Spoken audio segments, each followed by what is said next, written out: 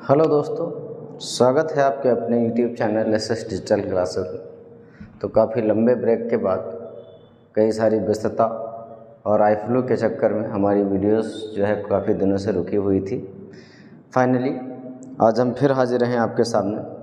ठीक है, आज हम आपको पढ़ाने जा रहे हैं फिज़िक्स, और फिज़िक्स का एक कॉमन टॉपिक हमने लिया है। एक्चुअल में ये 9th और फर्स्ट ईयर दोनों का सबसे बेहतरीन चैप्टर है ना, और दोनों ही क्लासेस में और स्पेशली पूछा जाता है। स्पेशली ये 9th और फर्स्ट ईयर का है, जिसके क्वेश्चंस आपको काफ़ी ज़्यादा इंटरेस्टिंग लगेंगे, और हम आपको इसकी थ्योरी पढ़ाने जा रहे हैं फ़िलहाल आज। ठीक है, आपको काफ़ी मज़ा आने वाला है। उम्मीद करते हैं कि ये क्लास आपको बहुत बेहतर लगेगी। तो चैप्टर है आपका motion in a straight line. ठीक है, क्या है? Motion in a straight line, ridge रेखीय पथ पर गति। आपने पहले से ही पढ़ रखा है। बात कर लेते हैं मोशन की, जिसको हिंदी में आप क्या बोलते हो? गति। अब मोशन या गति क्या होता है? एक सिंपल सी बात है कि जब कोई ऑब्जेक्ट अपनी पोजीशन में चेंज करता है विद रिस्पेक्ट टू टाइम या with one difference point two another, जब कोई वस्तु अपनी स्थिति में परिवर्तन करता है तो उसे हम लोग क्या बोलते हैं कि वो ऑब्जेक्ट, ये वस्तु मोशन में है। ठीक है, मान लो अभी हम यहाँ खड़े हैं, अब इस पॉइंट के रिस्पेक्ट में हम यहाँ पर हैं, हम इधर से इधर आ गए तो हमारी पोजीशन में क्या हो गया? चेंज हो गया है। इसका मतलब हम मोशन में थे। क्लियर है? और इसी की बात कर लेते हैं रेस्ट, स्टेट ऑफ रेस्ट, जिसको बोलते हो विरामावस्था। ठीक है, क्या बोलेंगे? विरामावस्था। अब विरामावस्था क्या होती है कि जब कोई ऑब्जेक्ट है ना, जब किसी ऑब्जेक्ट की पोजीशन में कोई चेंज नहीं होता विद टाइम। जैसे हम अभी यहाँ खड़े हैं, ठीक, 2-4 सेकंड के बाद भी हम अभी यहीं खड़े हैं। इसका मतलब क्या है कि हमारी पोजीशन में कोई चेंज नहीं हो रहा है, हमारी स्थिति में कोई परिवर्तन नहीं हो रहा है। इसका मतलब हम मोशन में नहीं, किस में हैं? रेस्ट में। क्लियर है? तो मोशन क्या होगा? जब किसी ऑब्जेक्ट की पोजीशन में चेंज होगा, स्थिति में परिवर्तन होगा। और रेस्ट क्या होता है? जब किसी ऑब्जेक्ट की पोजीशन में चेंज नहीं होता है। ठीक है, हम अगली बात करेंगे दूरी की। किसकी बात करेंगे? दूरी की। ठीक है, जिसको आप बोलते हो डिस्टेंस। अब डिस्टेंस क्या होता है? देखो, बहुत इजी वे में अगर समझा जाए तो एक लेंथ ऑफ पाथ, क्या बता गए? लेंथ ऑफ पाथ, मतलब किसी वस्तु द्वारा चली गई पथ की लंबाई को दूरी कहते हैं। पथ का मतलब क्या? रास्ता।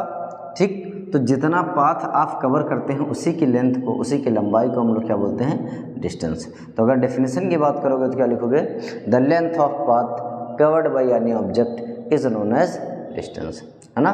किसी वस्तु द्वारा चली गई पथ की लंबाई को दूरी कहते हैं। फॉर एग्जाम्पल, मान लो एक ऑब्जेक्ट थी, ठीक, एक ऑब्जेक्ट थी। अब वो ए से चलना स्टार्ट की, पहले ए से बी पर आई, फिर बी से सी पर गई। अब इसको मानते हैं जैसे 3 मीटर, फिर इधर से इधर आई 3 मीटर बी पर, अब फिर बी से फिर कहाँ पहुँच गई? सी पर 2 मीटर। ठीक है, ए से आई बी पर, बी से सी पर, सी से डी पर, और डी से फिर कहाँ पहुँच गई? ई पर। क्लियर है? अभी आ गई 3, और इसको मान लेते हैं 4 मीटर। पहले कोई ऑब्जेक्ट चली थी, मान लो आप ही निकले घर से, पहले ए से कहाँ गए? बी पे, फिर बी से सी पे, फिर सी से डी पर, और डी से आप फाइनली कहाँ हैं? ई पर। क्लियर है? तो ये क्या हो जाएगा? इसको आप नापते आइए, 3, 3, 6, 6 और 2 8, 8 एंड 4, मतलब 3 + 3 + 2 + 4 कितना हो गया? 12 मीटर आपकी क्या हो गई? डिस्टेंस हो गई। क्लियर है? एक सिंपल सी बात, लेंथ ऑफ पाथ, जिधर जिधर आप गए हैं उस रास्ते को नापते चले आइए, ये क्या कहलाएगा? डिस्टेंस कहलाएगा। क्लियर है? अगली हेडिंग की बात कर लेते हैं हम इसी में डिस्प्लेसमेंट की, जिसको आप क्या कहते हो? विस्थापन। ठीक है, इंग्लिश में बच्चे उसको बोलते हैं डिस्प्लेसमेंट। क्या बोलोगे? डिस्प्लेसमेंट। ठीक है, तो अब हम विस्थापन की बात करेंगे। तो दोस्तों, डिस्टेंस क्लियर है? क्या पता है, एक सिंपल सी भाषा में हम कह देते हैं लेंथ ऑफ पाथ, है ना। Length of path covered by any object is known as distance. किसी वस्तु द्वारा चली गई पथ की लंबाई को दूरी कहते हैं। हमने अभी दिखाया आपको कि ए से बी पे गए, बी से सी पे, सी से डी पे, समथिंग इस तरह आप बढ़ते जाइए और जिधर जिधर आप रोटेट करते जाएंगे, जिधर भी आप चलते चले जाएंगे उसको आप नापते चलिए, डिस्प्लेस हो जाएगा डिस्टेंस। अब हम बात करते हैं डिस्प्लेसमेंट की। तो डिस्प्लेसमेंट और कुछ नहीं, एक टाइप की डिस्टेंस ही है, बस डिफरेंस क्या है दोनों में। देखो मान लो अभी हमने कहा कि पहले आप ए से चले थे बी पर, कितना 3 किलोमीटर या मीटर, फिर ए से चले थे बी पर और बी से कहाँ पहुँच गए, सी पर, अभी कितना है 4 किलोमीटर, कितना है 4 किलोमीटर। ए से आए थे बी पर, बी से इस समय कहाँ हैं आप, सी पर। क्लियर है? क्या बताया कि एक ऑब्जेक्ट है जो ए से चलना स्टार्ट करती है, कुछ टाइम के बाद बी पर पहुंचती है, फिर कुछ टाइम के बाद कहाँ पहुंच जाती है, सी पर। तो अगर डिस्टेंस की बात करी जाए, अगर डिस्टेंस चलें कि इस ऑब्जेक्ट द्वारा चली गई दूरी क्या है, तो दूरी कितनी हो जाएगी, 3 + 4 means A B plus B C, मतलब ये ए बी हो गया 3 + 4 मीन्स 7 किलोमीटर। ये क्या हो गया, डिस्टेंस। क्या हो गया, डिस्टेंस। क्लियर है? अब इसी में हम आगे और बात करते हैं डिस्प्लेसमेंट की, जिसको कहते हो विस्थापन। विस्थापन क्या होता है, तो आप चले कहाँ से थे, ए से, पहुँचे कहाँ हैं, सी पर, यह क्या कहलाएगा, प्रारंभिक बिंदु। क्या कहलाएगा, प्रारंभिक बिंदु, जिसको आप बोलते हो इनिशियल पॉइंट। क्या बोलोगे, इनिशियल पॉइंट। क्लियर है? और ये क्या कहलाएगा, फाइनल पॉइंट या फाइनल पोजीशन। ठीक है, आप पॉइंट की बात कर लो या पोजीशन की बात कर लो, एक ही चीज़ है। ठीक है, इसको आप बोलते हो अंतिम स्थिति या अंतिम बिंदु। क्लियर?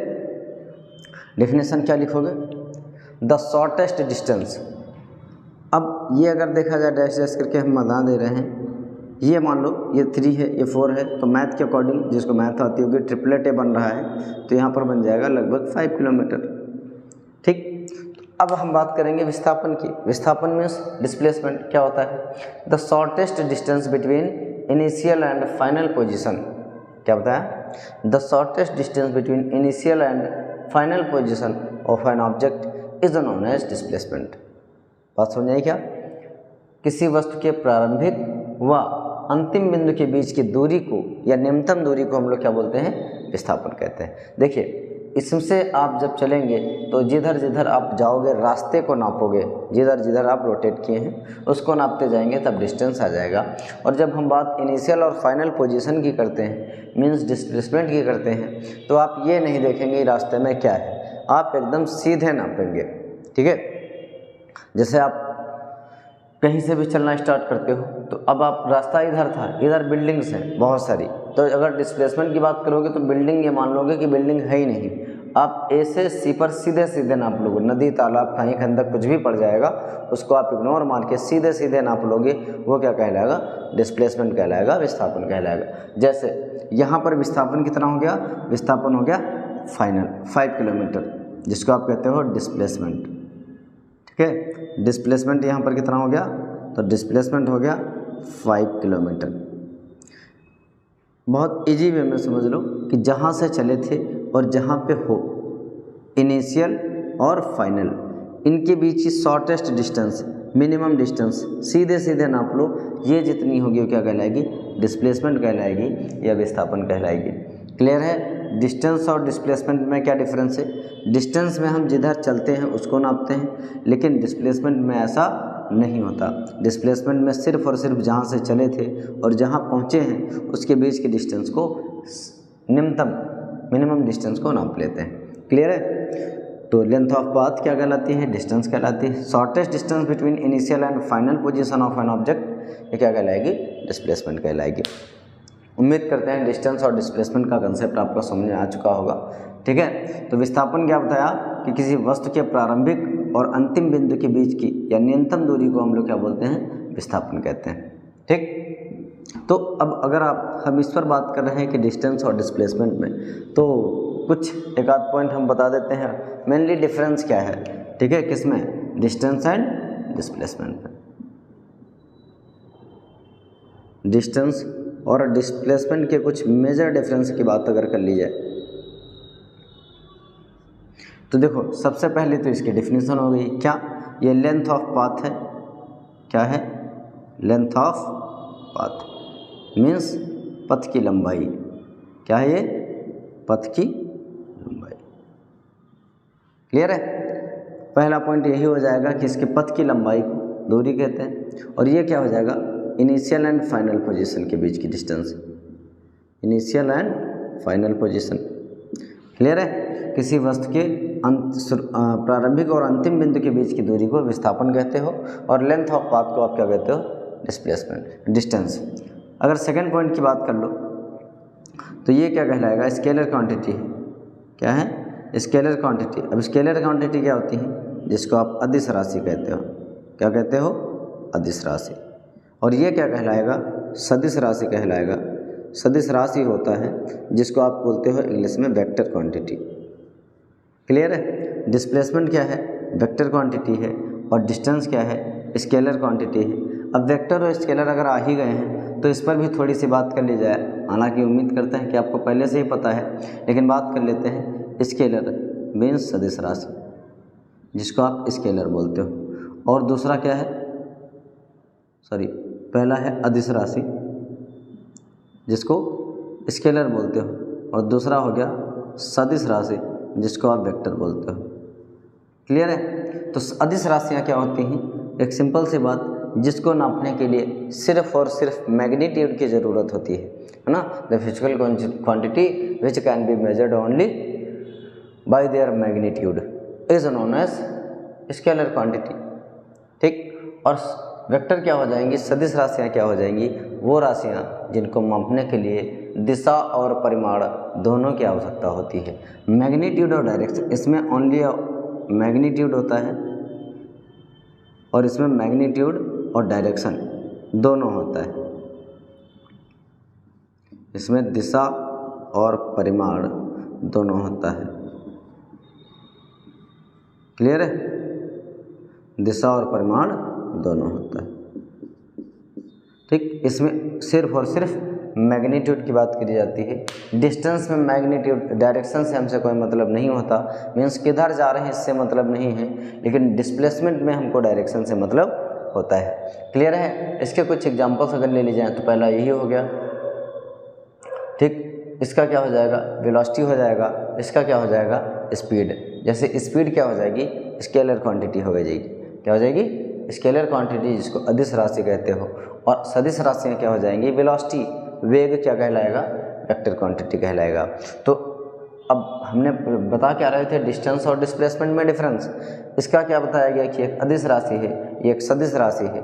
अदिश मीन्स हो गया स्केलर क्वांटिटी, सदिश का मतलब हो गया वेक्टर क्वांटिटी। तो हमने बताया कि अदिश और सदिश होता क्या है। अदिश वो होता है जिसमें सिर्फ और सिर्फ मैग्नीट्यूड होता है, और सदिश वो होता है जिसमें मैग्नीट्यूड और डायरेक्शन दोनों होता है। क्लियर है, इसकी बात करी गई तो ये क्या होता है, ये कभी भी डिस्प्लेसमेंट से कम नहीं होगा। क्या बताया कि ये कभी भी डिस्प्लेसमेंट से कम नहीं होगा, डिस्प्लेसमेंट से कम नहीं होगा, distance never be less than displacement. Clear है, डिस्टेंस कभी भी डिस्प्लेसमेंट से कम नहीं होगी, मीन्स या तो इक्वल हो सकती है या ज़्यादा होगी। क्या बताया कि डिस्टेंस कभी भी डिस्प्लेसमेंट से कम नहीं होगी, डिस्टेंस या तो डिस्प्लेसमेंट के बराबर हो सकती है या इससे ज़्यादा। डिस्प्लेसमेंट इससे ज़्यादा भी हो सकती है, इससे कम भी हो सकती है। ठीक है, और डिस्प्लेसमेंट इससे कम हो सकती है ना। एक मेजर सिंपल सी डेफिनेशन में क्या समझ लो, ये इससे कम नहीं होगा, ये इससे कम हो सकता है, इक्वल भी हो सकता है, इससे कम भी हो सकता है। डिस्प्लेसमेंट कभी भी इससे ज़्यादा नहीं होगी, किससे, डिस्टेंस से। जैसे एग्जांपल ले लेते हैं कुछ, एक आध कम और ज़्यादा की अगर बात कर ली जाए, कैसे, हमने कहा अगर ए से मान लो कोई ऑब्जेक्ट चलना स्टार्ट करी, पहले आई बी तक, ए से बी तक, मान लो 5 किलोमीटर चल के आ गई। इस टाइम अगर डिस्टेंस की बात करी जाए, किसकी बात कर लेंगे, डिस्टेंस, जिसको कहते हो दूरी, और डिस्प्लेसमेंट, दोनों की हम बात कर लेते हैं एक साथ, जिसको कहते हो विस्थापन। क्लियर है, अब डिस्टेंस कितना होगा, तो डिस्टेंस हो जाएगा यहाँ पर 5 किलोमीटर और डिस्प्लेसमेंट क्या हो जाएगा, वो भी हो जाएगा 5 किलोमीटर। जब कोई ऑब्जेक्ट लीनियर पथ पर गति करती है, रेखीय पथ पर गति करती है, ठीक है, तो यहाँ पर क्या कहलाएगा, यहाँ पर डिस्टेंस और डिस्प्लेसमेंट दोनों क्या हैं, बराबर। अब मान लेते हैं कि यही ऑब्जेक्ट जो ए से चलकर बी पर आई थी वापस बी से कहाँ आ गई, ए पर। क्या होता है कि पहले ए से बी पर आई थी, अब बी से फिर से कहाँ गई, ए पर। इस टाइम ये हो गया पहले केस में। अब दूसरे केस की अगर बात कर लो, इस टाइम डिस्प्लेसमेंट की बात करो क्या होगा, और डिस्टेंस की बात कर लो क्या होगा। इस टाइम डिस्टेंस की अगर बात करें, इस टाइम डिस्प्लेसमेंट की बात करें, कब, जब ये वापस जा चुका है दूसरे केस में। पहले केस में दोनों क्या थे, बराबर। अब क्या हो गया, ऑब्जेक्ट वापस कहाँ गई, ए पर। तो अब जो डिस्टेंस है वो हो गई 5 + 5 मीन्स 10 किलोमीटर, क्योंकि 5 किलोमीटर चल के आई थी फिर 5 किलोमीटर वापस चली गई। लेकिन डिस्प्लेसमेंट में ऐसा नहीं होता। डिस्प्लेसमेंट में 5 किलोमीटर गई थी लेकिन 5 किलोमीटर वापस आई, इनकी डायरेक्शन अपोजिट थी। और डेफिनेशन के according the distance between initial and final position, initial point क्या था, ए, फाइनल पॉइंट क्या है, ए, इनके बीच की डिस्टेंस क्या हो गई, 0।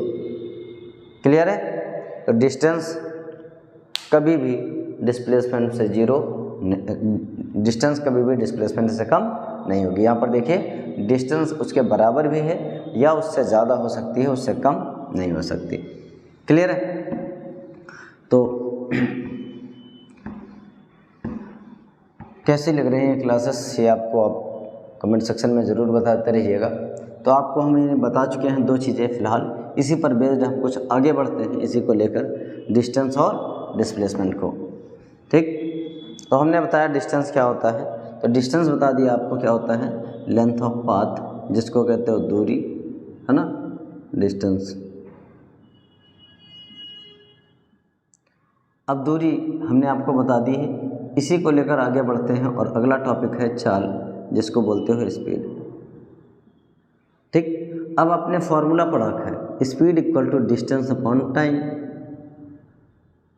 डिस्टेंस अपॉन टाइम मीन्स चाल बराबर दूरी बटे समय। सबने पढ़ा है, इसी को लेकर हम आगे बढ़ रहे हैं। चाल क्या होता है, इसके हिसाब से देख लें, सिंपल से डेफिनेशन क्या, the rate of change of distance per unit time is known as speed.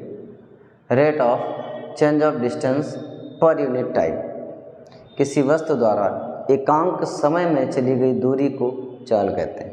क्या बताया, किसी वस्तु द्वारा एकांक समय में चली गई दूरी को चाल कहते हैं। और बेहतर समझना है, एक चीज़ और इसी के साथ लिख लो, वेग। एक साथ खत्म कर लेते हैं दोनों चीज़ों को, और हम आपको बहुत बेहतरीन तरीके से बताने जा रहे हैं स्पीड और वेलोसिटी। क्या बताने जा रहे हैं, स्पीड एंड वेलोसिटी। वेलोसिटी क्या बताया कि देखो, डिस्टेंस अपॉन टाइम स्पीड कहलाएगा, डिस्प्लेसमेंट अपॉन टाइम वेलोसिटी कहलाएगा।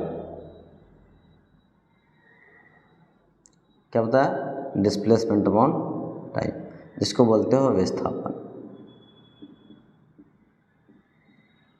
ठीक, अब डेफिनेशन समझिए, देखिए कितनी आसानी से आपको समझ आ जाएगी। Distance per unit time is known as speed means, अगर पर यूनिट टाइम का मतलब क्या, टाइम 1 मान लो, तो कहता है distance per unit time is known as speed. और इधर आ जाइए, displacement per unit time is known as velocity. एकांक समय में, कौन से एकांक, एकांक मीन्स एक, एकांक समय में चली गई दूरी चाल कहलाती है। और इधर आ जाओ तो एकांक समय में तय किया गया विस्थापन, बस जहाँ दूरी लिख रहे थे वहाँ क्या लिखेंगे, विस्थापन। क्लियर है। एकांक समय में चली गई दूरी चाल कहलाएगी, एकांक समय में तय किया विस्थापन वेग कहलाएगा। Means the rate of change of distance per unit time, है ना, rate of change of distance per unit time is known as speed and change in displacement per unit time is known as velocity, है ना। Distance per unit time is known as speed, displacement per unit time is known as velocity. Clear है। एकांक समय में चली गई दूरी चाल कहलाएगी, एकांक समय में चला गया विस्थापन या तय किया गया विस्थापन वेग कहलाएगा। एक बहुत आसान सी भाषा, डिस्टेंस को टाइम से डिवाइड कर दो स्पीड, डिस्प्लेसमेंट को टाइम से डिवाइड कर दो वेलोसिटी। अब बात कर लेते हैं हम यहाँ पर टाइप्स ऑफ वेलोसिटी स्पीड की। पहला एक समान चाल, किसकी बात कर लेते हैं, एक समान चाल, जिसको आप बोलते हो यूनिफॉर्म स्पीड। क्या बोलेंगे, यूनिफॉर्म स्पीड। अब नाम से ही क्लियर है, एक समान। जब कोई ऑब्जेक्ट सेम टाइम में क्या करती है, सेम टाइम में सेम डिस्टेंस कवर करती है। क्या बताया, समान समय में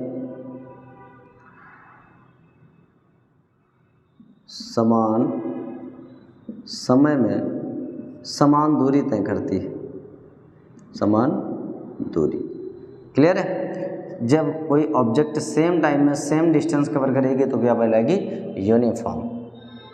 मान लो पहले हम चले ए से चले बी तक, 5 मिनट में चल गए 10 किलोमीटर मान लो, ठीक है, बहुत ज़्यादा हो जाएगा। फ़िलहाल मान लेते हैं कि हमने 30 मिनट में 10 किलोमीटर चले गए, फिर अगले 30 मिनट में फिर 10 किलोमीटर चले गए। इसका मतलब पहले टाइम कितना था, 30 मिनट, डिस्टेंस कितनी, 10 किलोमीटर। अगला टाइम 30 मिनट, डिस्टेंस कितनी, 10 किलोमीटर। तो टाइम क्या है, सेम है, डिस्टेंस क्या है, सेम है। यहाँ पर क्या कहलाएगी, यूनिफॉर्म स्पीड, है ना, कि पहले भी हम 30 मिनट में 10 किलोमीटर गए, फिर हम 30 मिनट में 10 किलोमीटर गए। इसका मतलब किस स्पीड से गए हैं, यूनिफॉर्म स्पीड से। क्लियर है। एक समान चाल यानी यूनिफॉर्म स्पीड किसे कहते हैं, जब कोई ऑब्जेक्ट सेम टाइम में सेम डिस्टेंस कवर करती है तो कहलाती है यूनिफॉर्म स्पीड। दूसरा ऑप्शन ले लेते हैं, ये एग्जांपल ले लेते हैं कि मान लो एक था ए या एक्स, एक वाई। अब एक्स चलना स्टार्ट करता है अपने घर से, वाई चलना स्टार्ट करता है अपने घर से। ये 5 मिनट में 200 मीटर चला गया, और बी भी 5 मिनट में एक्स चला 5 मिनट में 200 मीटर, और वाई भी 5 मिनट में चला गया 200 मीटर। इसका मतलब क्या है, मतलब ये है कि दोनों का टाइम सेम है, दोनों की डिस्टेंस सेम है। इसका मतलब ये है कि ये दोनों एक साथ यूनिफॉर्म स्पीड से आगे गए होंगे, है ना। जैसे हम लोग घर से निकलते हैं एक दोस्त के साथ, हम भी अपने घर से निकले, वो भी अपने घर से निकला, और पड़ोस के फ्रेंड थे, और दोनों एक साथ निकले और दोनों एक साथ कहाँ पहुँच गए, स्कूल में। इसका मतलब हम दोनों एक साथ एक ही स्पीड से आए। क्लियर है। तो यूनिफॉर्म स्पीड क्या हो गया, या एक समान चाल क्या हो गया, जब कोई ऑब्जेक्ट सेम टाइम में सेम डिस्टेंस कवर करती है क्या कहलाती है, यूनिफॉर्म स्पीड, एक समान चाल। जब कोई वस्तु समान समय में समान दूरी तय करती है तो कहलाती है एक समान चाल। दूसरी बात कर लेते हैं हम असमान चाल। किसकी बात कर लेंगे हम, असमान चाल की। असमान क्या कहलाता है, नॉन यूनिफॉर्म। क्या बोलेगा, नॉन यूनिफॉर्म स्पीड। क्लियर है। अब नॉन यूनिफॉर्म स्पीड क्या हो जाएगा, जस्ट इससे उल्टा, टाइम सेम है, सेम टाइम में डिफरेंट डिस्टेंस कवर करता है। क्या हो गया, डिफरेंट डिस्टेंस। टाइम सेम होगा लेकिन इसकी डिस्टेंस है वो अलग अलग होगी। मान लो एक्स चला था, वाई चला था, अभी वो चला था 5 मिनट में 200 मीटर, और वाई चल गया 5 मिनट में 500 मीटर। टाइम सेम है लेकिन इनकी डिस्टेंस क्या हो जाएगी, अलग अलग हो गई, डिफरेंस हो गया डिस्टेंस में। तो क्या कहलाएगा, समान समय भिन्न भिन्न दूरी। भिन्न भिन्न दूरी बोल सकते हो या असमान दूरी बोल सकते हो। क्लियर। जब कोई वस्तु समान समय में असमान दूरी या भिन्न भिन्न दूरी तय करती है तो उसे बोलते हैं असमान चाल। Clear. When an object covers different distance in same time of interval या interval of time is known as non uniform speed. ठीक। जब कोई वस्तु समान समय में असमान दूरी तय करता है, यहाँ सेम टाइम में सेम डिस्टेंस था, इसमें सेम टाइम में डिफरेंट डिस्टेंस है। क्लियर है। इसको हम क्या बोल जाएंगे, नॉन यूनिफॉर्म स्पीड। अगले पॉइंट की हम बात कर लेते हैं, तीसरा है औसत चाल। किसकी बात करेंगे, औसत चाल की, जिसको बोलते हैं एवरेज स्पीड। क्या बोलेंगे? Average speed. ठीक है। अब एवरेज स्पीड क्या होता है? क्या तो कुल दूरी, देखो कितना आसान है ना, अपॉन कुल समय, total distance upon total time. Speed का क्या था? Distance upon time. उन्होंने स्पीड के साथ क्या लगा दिया? एवरेज। हमने टोटल लगा दिया। मीन्स पहले हमको पता है कि चाल बराबर क्या होता है? दूरी बटे समय। उन्होंने चाल के साथ क्या लगा दिया? औसत। हमने दूरी के साथ क्या लगा दिया? कुल। मतलब दोनों के साथ हमने कुल लगा दिया। Speed equal to distance upon time था, तो स्पीड के साथ उन्होंने एवरेज लगा दिया कि एवरेज स्पीड कहते हैं। किसे कहते हैं? तो हमने दोनों के साथ क्या लगा दिया? टोटल लगा दिया। क्या लगा दिया? टोटल। अभी उसकी डेफिनेशन क्या थी? हम कह सकते थे the ratio of distance to the time is known as speed.